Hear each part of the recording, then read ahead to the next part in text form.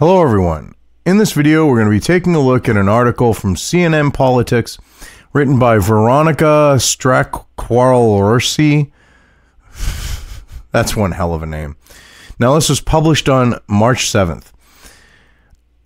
All I gotta say is these rappers have some balls on them. The ones who physically made the calls to violence in their music, and the ones who are defending them going, Supreme Court, you should give them special privilege because it wasn't a true threat to violence. Give me a break. Seriously. Yo, Supreme Court. That's more New Yorker than rapper.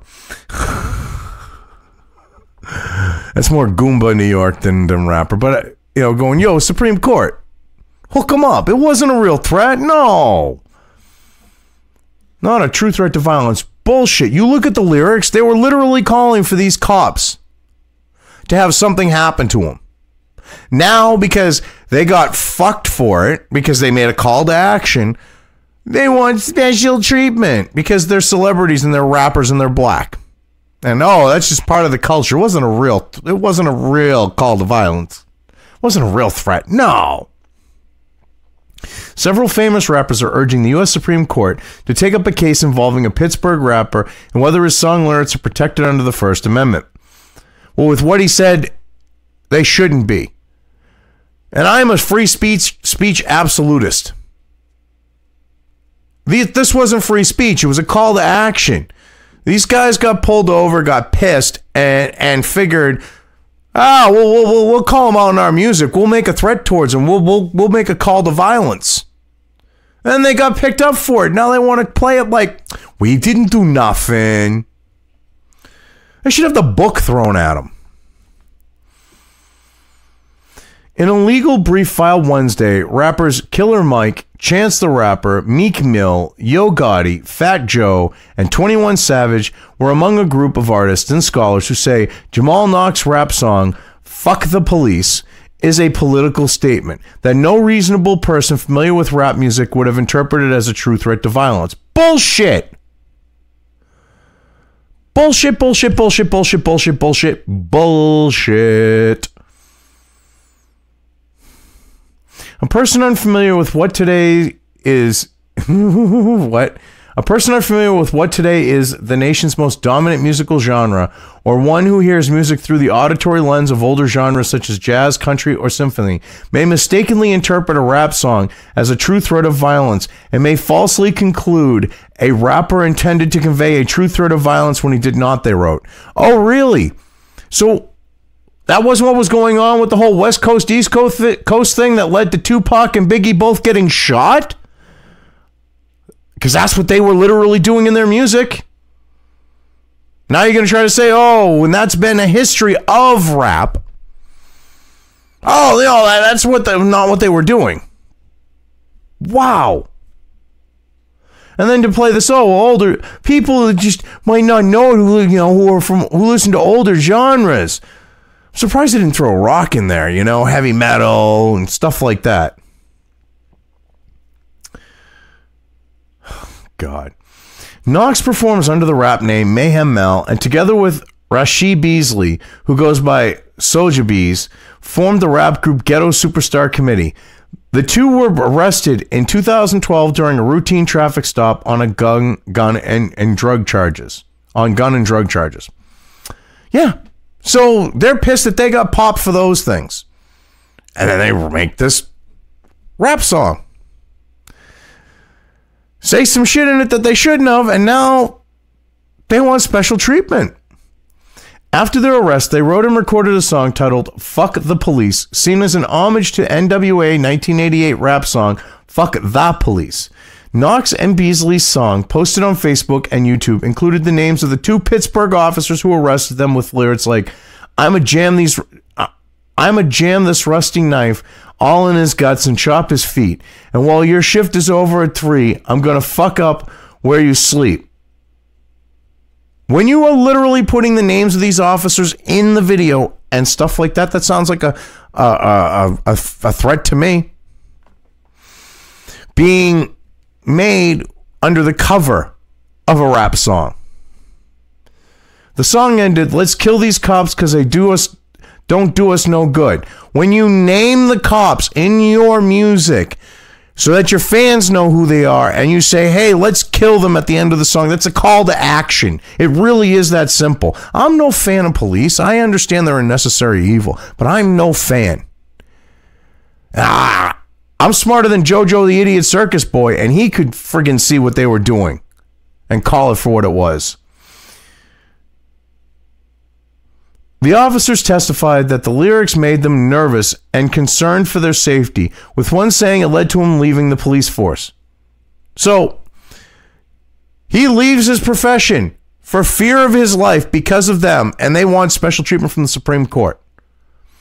Give me a break. Knox was found guilty and sent to prison for 2 years on charges of terroristic threats and witness intimidation stemming from the song and the separate gun and drug charges, which he should have with what he said in his rap song, in his lyrics. At his sentencing, Knox said he did not intend any harm against the officers and that he should be viewed separately from his rap persona. No! That's horse shit. Really? You should be viewed... All right. To quote Steven Crowder, okay, I know Drake is a butter bitch from freaking Toronto. A butterback bitch, sorry.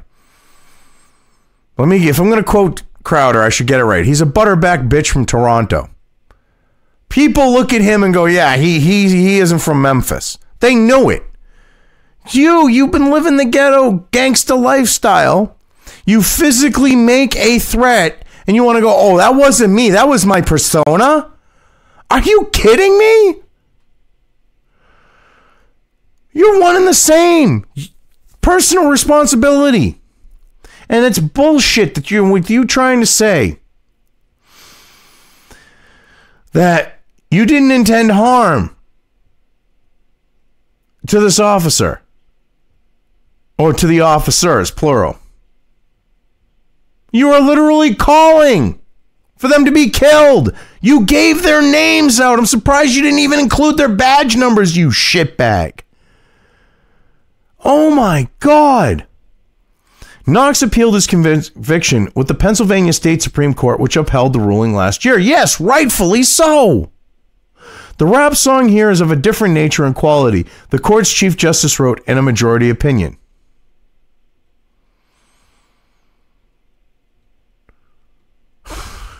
Why not just say that it was there was a call to violence in it? There was a threat. There was threats being made and a call to violence. That would have just been more clearer than saying the rap song here is of a different nature and quality.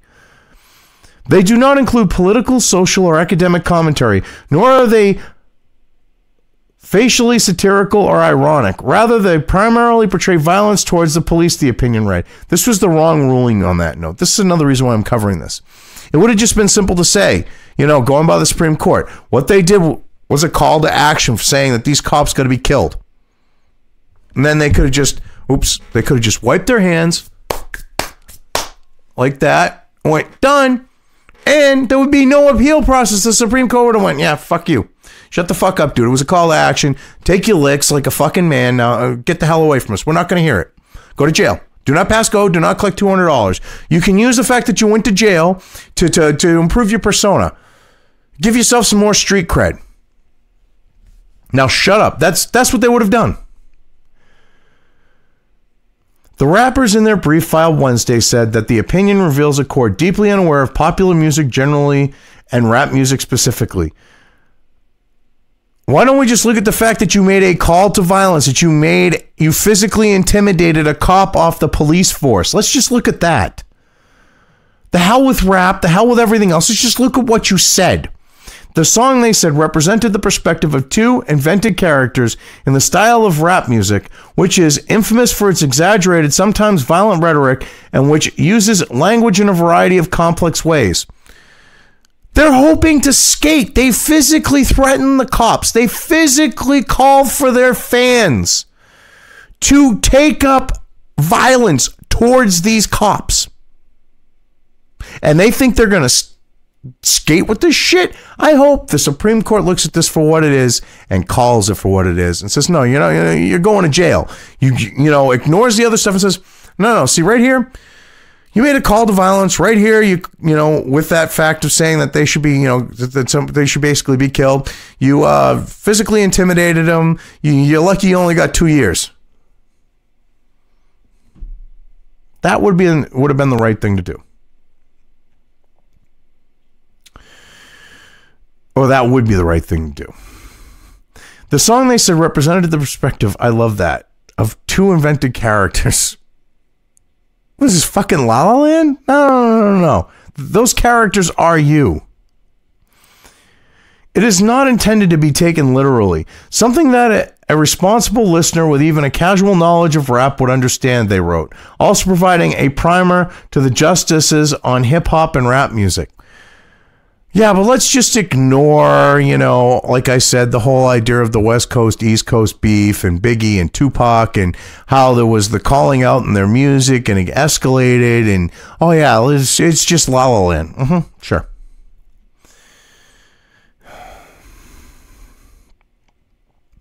Knox's case would test the legal standard for whether a statement is a true threat and unprotected by the First Amendment. It's a call to action. A threat is a threat is a threat. You make a threat.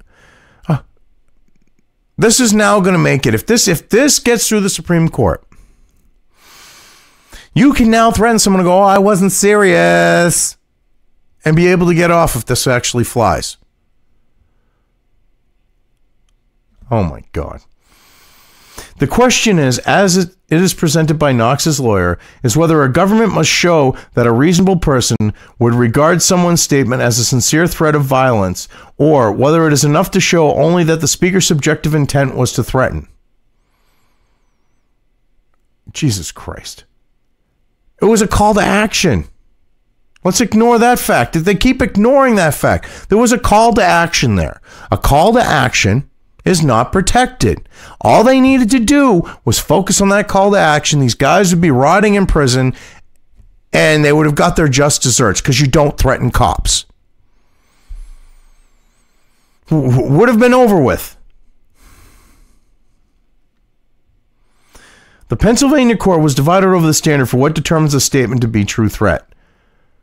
To be a true, oh God. It was a call to violence. Ignore the true threat crap. That's the there's nothing to see over there. Draw your attention over here thing.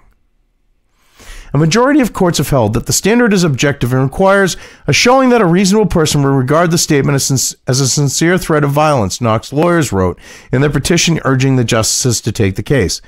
But other courts have held that the standard is subjective and assesses only whether the speaker intended to communicate such a threat. And I think when you're making a call to action and calling for your fans to kill them, it kind of backs the threat thing. Just saying. The split has led to uncertainty over the limit of the First Amendment's protection of free speech, which the Supreme Court would have the opportunity to clear up if it takes the case. If the Supreme Court decides to take up Knox's case, it would likely not be heard until the session that begins next October. Well, I'm hoping when they take up the case because, they literally,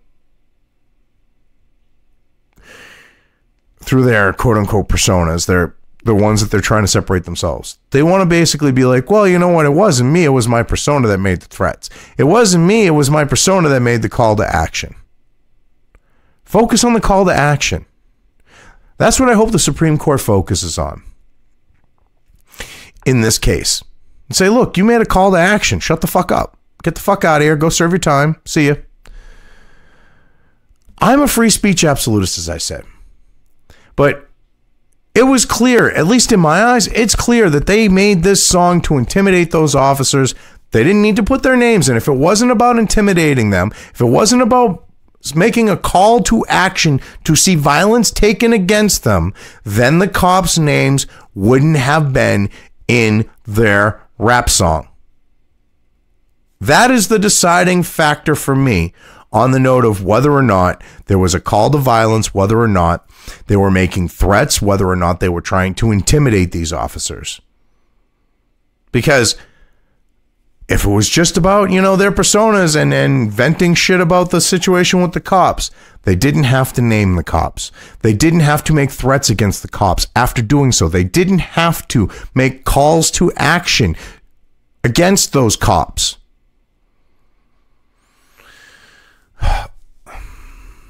I mean, that's the bottom line. Anyway, I've covered this well enough. I'm just going to leave things here. If you liked this video, depending on where you are watching it, please give it an upvote or thumbs up. If you want to know when new content of mine hits the internet, don't forget to subscribe to one or more of my social media or video accounts listed here. Also, with YouTube, don't forget to ring that bell. You can find all of my video content on both BitChute and YouTube. This may not be the case with other places I upload to, but I will try to minimize this happening. You are always welcome to interact with me at any of these sites on the list, so feel free to do so. If you have anything you want me to cover in a video, when it comes to news or current events, send it right along to me. I will try to do my best to cover it. As always, thank you for watching.